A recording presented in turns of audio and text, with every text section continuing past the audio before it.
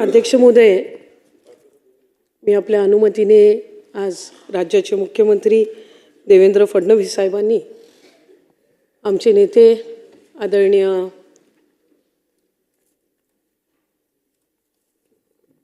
अजितदादांचा आणि त्याचबरोबर इतर सर्व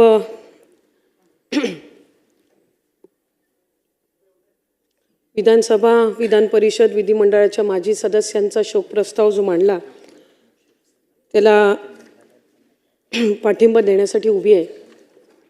खरं तर दादांना जाऊन आज जवळपास महिना होत आला आणि कुठे ना कुठेतरी आम्हाला सगळ्यांना वाटायचं की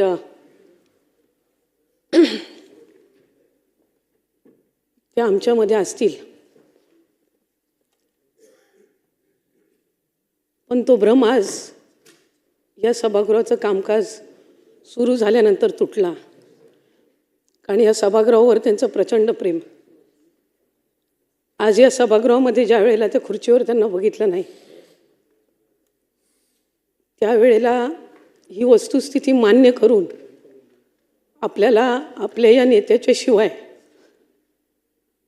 आयुष्य जगावं लागेल हे दुर्दैवाने आज बोलावं लागतंय. अनेकांनी माझ्या आधी दादांबद्दल भावना व्यक्त केल्या.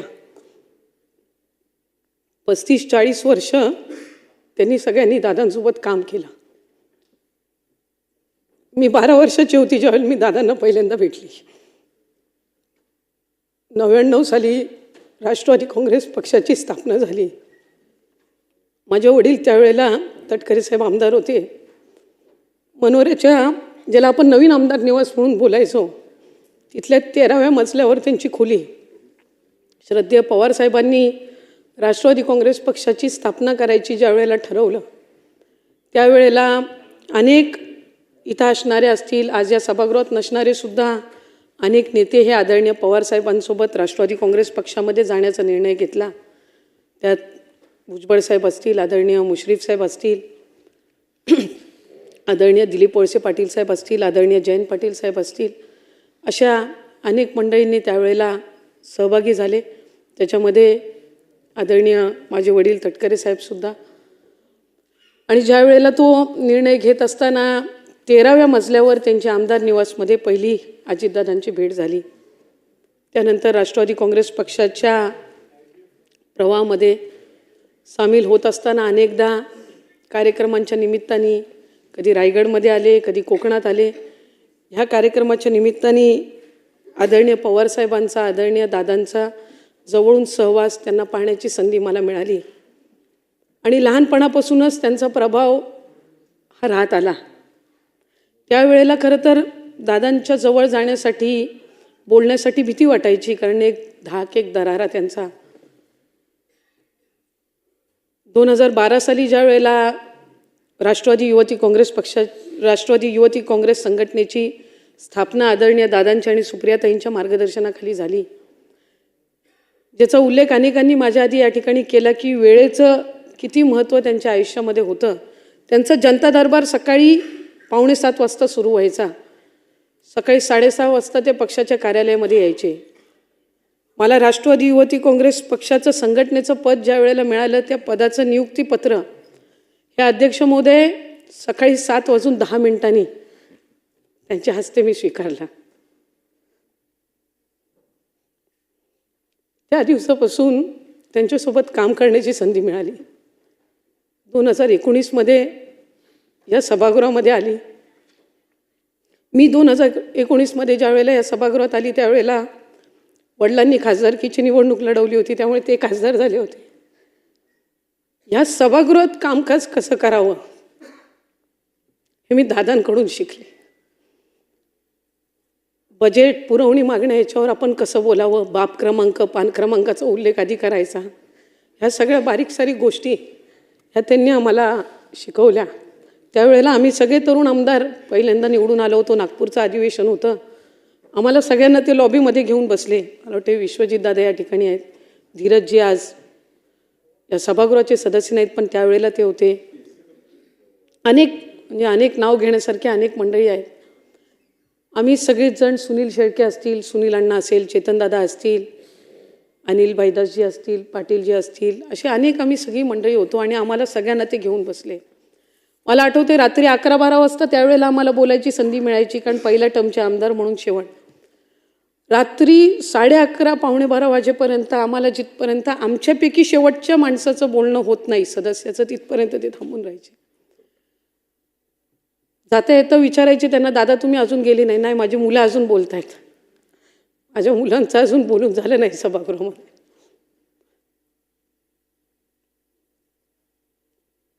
दर मंगळवारी आम्हाला भेटायचे. दर मंगळवारचं जेवण हे आमचं त्यांच्यासोबत असायचं आणि इतका दांडगा संपर्क, इतकं मार्गदर्शन, इतक्या बारीक सारीक गोष्टीवर त्यांचं लक्ष असायचं. आणि आज ती व्यक्ती आमच्यामध्ये नाही. खरं तर व्यक्ती गमावल्याचं दुःख हे मोठं असतं, पण त्याच्यापेक्षा अधिक दुःख हे असतं की ती व्यक्ती आपल्याला परत कधीच पाहायला मिळणार नाही, त्याचा आवाज आपल्याला कधी ऐकायला येणार नाही. ही भावना ही मनाला दुःख आणि वेदना देणारी असते. आमच्यासाठी आमचा आधारस्तंभ हरपला, कारण त्यांच्या नेतृत्वाखाली आम्ही काम करत होतो. त्यांची कार्यपद्धती, त्यांची कामाची पद्धत, त्यांचं सगळं कामकाजाची पद्धत ही एक कार्यकर्ता म्हणून कशी आपल्याला आत्मसात करता येईल हा सातत्याने प्रयत्न असायचा. आणि ज्या वेळेला त्यांचं दुःखद निधन झालं त्यावेळेला सगळेच त्यांच्या कामाचं कौतुक करत होते. एक कार्यकर्ता म्हणून वाटायचं की हयातीत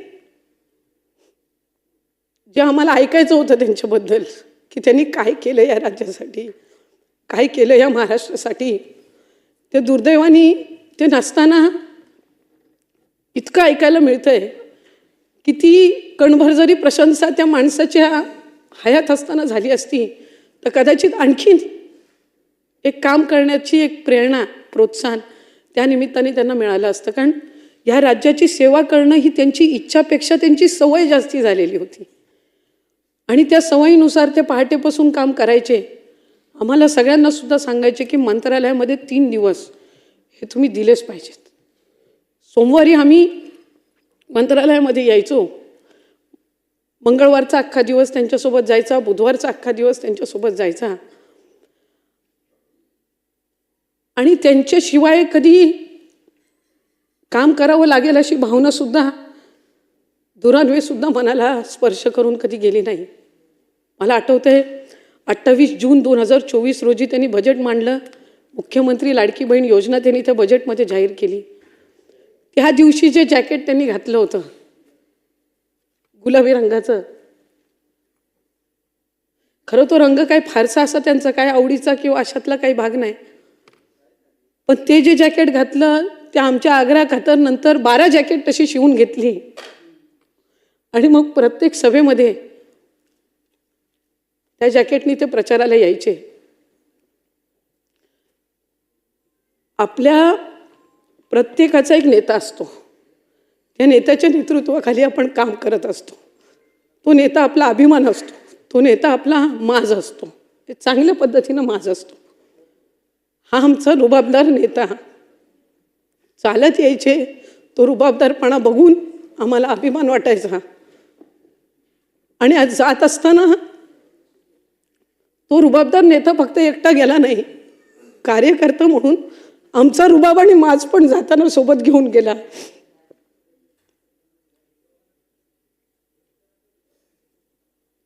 आज सुनेत्रा काकींच्या रूपाने आम्ही त्यांना पाहण्याचा प्रयत्न करतो.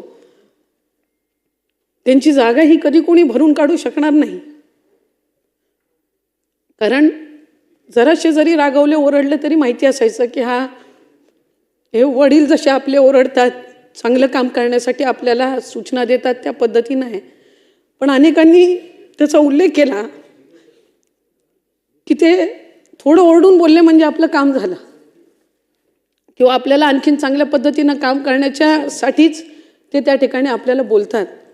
म्हणून मला वाटत नाही कधी कोणाला त्या गोष्टीबद्दल कधी वाईट वाटलं असेल. उलट आम्हाला आनंदच वाटायचा की बोलले म्हणजे मी जवळची आहे, बोललो म्हणजे मी जवळचा आहे. अशा पद्धतीच्याच भावना ह्या आमच्या सगळ्यांमध्ये असायच्या. त्यांच्यावर इतका आमच्या सगळ्यांचा विश्वास होता की लोकसभेचा पराभव झाला तरी आमच्यातलं कोण सुटलं नाही कधी. ठीक आहे, एका निवडणुकीमध्ये पराभव होत असतो, पण तितक्याच ताकदीने आम्ही सगळेजण पुन्हा उभे राहिलो, कारण त्या नेतृत्वावर, त्या व्यक्तीवर आमचा विश्वास होता. आजही आम्हाला विश्वास आहे की ते जिथे कुठे असतील त्यांचं बारकाईनं आमच्या सगळ्यांवर लक्ष आहे. त्यांची आमच्याकडनं हीच अपेक्षा असणार आहे की आपण सगळ्यांनी आपापल्या मतदारसंघामध्ये काम करावं. या सभागृहामध्ये अनेकदा त्यांनी उल्लेख केला की आपण इथं एकटे उभे नसतो, आपण 3.5-4 लाख 5 लाख लोकांचं प्रतिनिधित्व इथं करत असतो. आणि ते प्रतिनिधित्व करत असताना आपण एक लोकप्रतिनिधी म्हणून जबाबदारीने वागलं पाहिजे. त्यामुळे आमच्या सगळ्यांकडनंही त्यांच्या त्याच अपेक्षा असणार, ह्याबद्दल काही दुमत नाही. आणि आमचा तोच प्रयत्न राहील की जी प्रेरणा त्यांनी आम्हाला दिली, ज्या अपेक्षा त्यांनी आमच्याकडून ठेवल्या, त्या आमच्या परीने त्या आम्हाला पूर्ण करता याव्यात. विभाग म्हणून ज्या वेळेला आम्ही एक निर्णय घेतला, आईचं नाव मुलाच्या नावासोबत लावायचा, मंत्रिमंडळाच्या बैठकीमध्ये तो निर्णय झाला. पहिली पाटी दादांच्या कार्यालयाची बदलली. मी, अजित, आशाताई, अनंतराव पवार अशी पाटी तिथं लागली. उपमुख्यमंत्री म्हणून त्यांनी जी शपथ घेतली त्याच्यामध्ये अजित, आशाताई, अनंतराव पवार म्हणून मी गांभीर्यपूर्वक दृढ कथन करतो. ही शपथ आम्हाला परत कधी ऐकायला मिळणार नाही. शेवटची सलामी ज्या वेळेला दिली जात होती, ती सलामी ते मुख्यमंत्री झाल्यावर आम्हाला पाहायला मिळावी असे एक कार्यकर्ता म्हणून एक दांडगी इच्छा आणि स्वप्न आमच्या सगळ्यांचं होतं. ते अपूर्ण राहिलं याची वेदना ही नेहमीच मनामध्ये राहील. पण त्यांनी जे महाराष्ट्रासाठी केलं ते प्रेम महाराष्ट्राकडून कदाचित त्यांना ते असताना अनुभवायला मिळालं नसेल. पण मी माझ्या भगवंताचरणी, श्रीकृष्णाचरणी हीच प्रार्थना करीन, ते जिथं कुठं असतील तुझ्यापाशी, तिथलं उजवं स्थान तू त्यांना दे. आणि आमच्या सगळ्यांच्या मनातल्या भावना ह्या तू त्यांच्यापर्यंत पोचव आणि त्यांना लवकर परत जन्म घेऊन या महाराष्ट्राच्या मातीतच पाठव. त्यांची अपूर्ण राहिलेली स्वप्न ही पूर्ण करण्याची ताकद आणि क्षमता आणि पाठबळ आज आम्ही सगळेच मिळून सुनेत्रा काकींना देऊ. पण त्या व्यक्तीची जागा ही कोणी भरून काढू शकणार नाही.